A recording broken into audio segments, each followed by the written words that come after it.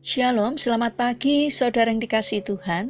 Kiranya damai sejahtera dan sukacita dari Tuhan Yesus Kristus senantiasa menyertai saudara sekalian. Sebelum kita mendengarkan firman Tuhan dan renungan, mari kita berdoa. Tuhan Allah Bapa yang baik, kami sungguh bersyukur atas kebaikan dan kemurahan-Mu.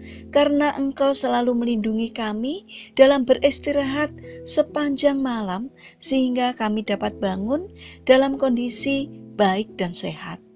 Jika sebentar lagi kami akan mendengarkan firman-Mu, urapilah kami dengan Roh Kudus-Mu, agar kami dapat mengerti dan memahami apa yang Tuhan sampaikan kepada kami. Terima kasih Tuhan, di dalam nama Tuhan Yesus Kristus kami berdoa. Amin. Saudara yang dikasihi Tuhan, tema renungan pada pagi hari ini adalah membangun benteng yang kuat. Bacaan diambil dari Injil Matius pasal 26 ayat 36. Demikian sabda Tuhan. Maka sampailah Yesus bersama-sama murid-muridnya ke suatu tempat yang bernama Getsemane. Lalu ia berkata kepada murid-muridnya, "Duduklah di sini, sementara aku pergi ke sana untuk berdoa." Saudara yang dikasihi Tuhan, pada masanya Raja Sparta dikenal sebagai raja yang memiliki pasukan yang tangguh dalam peperangan. Suatu hari seorang duta besar dari negara tetangga mengunjungi Yunani, ingin bertemu dengan Raja Sparta. Duta besar itu membayangkan akan melihat rakyat Yunani yang hidup aman karena dikelilingi benteng yang kokoh. Namun ia menjadi sangat heran ketika sampai di kota Sparta. Ia tidak menemukan tembok kota seperti yang terbayang di benaknya. "Tuanku Raja, mengapa Anda tidak membangun benteng yang kokoh untuk melindungi kota ini?" tanya duta besar itu. "Tuan, secara fisik saya tidak perlu membangun benteng yang kokoh, sebab kami benar-benar sudah terlindungi. Besok pagi-pagi sekali Tuan dapat melihat benteng kami yang sesungguhnya," kata Raja Sparta. Keesokan harinya, dengan ditemani Raja Sparta, duta besar itu melihat pasukan Sparta yang besar berbaris di lapangan. Ada 10.000 prajurit yang sedang berlatih dengan gagah dan penuh keberanian. Lihat, pasukan inilah yang sesungguhnya menjadi benteng kota Sparta.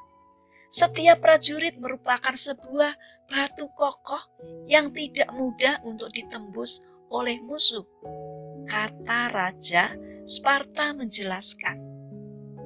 Saudara yang terkasih, prajurit Sparta menjadi benteng yang kuat sehingga tidak bisa ditembus musuh Yunani.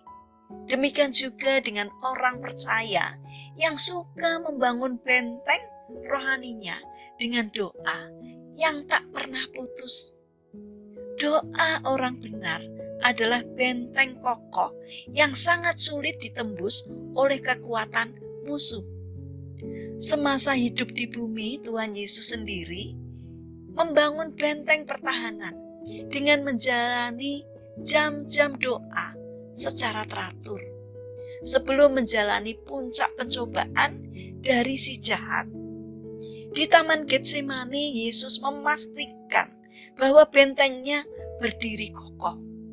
Tindakan ini membuatnya menang atas pencobaan besar yang dihadapinya. Jika Yesus yang adalah Tuhan harus setia membangun benteng rohani, apalagi kita yang hanya manusia biasa. Biarlah kita menjadi prajurit-prajurit kerajaan Allah yang selalu berjaga-jaga di dalam doa yang tidak putus-putus. Memang ada harga yang harus dibayar jika kita ingin membangun benteng rohani yang kokoh. yaitu menyingkirkan kenyamanan kita. Kita harus selalu berjaga-jaga agar kita tidak jatuh dalam pencobaan. Kita harus mau taat kepada apa yang difirmankan Tuhan. Saudara yang terkasih, mari kita bangun benteng pertahanan kita agar kita tidak jatuh ke dalam pencobaan dengan tekun berdoa.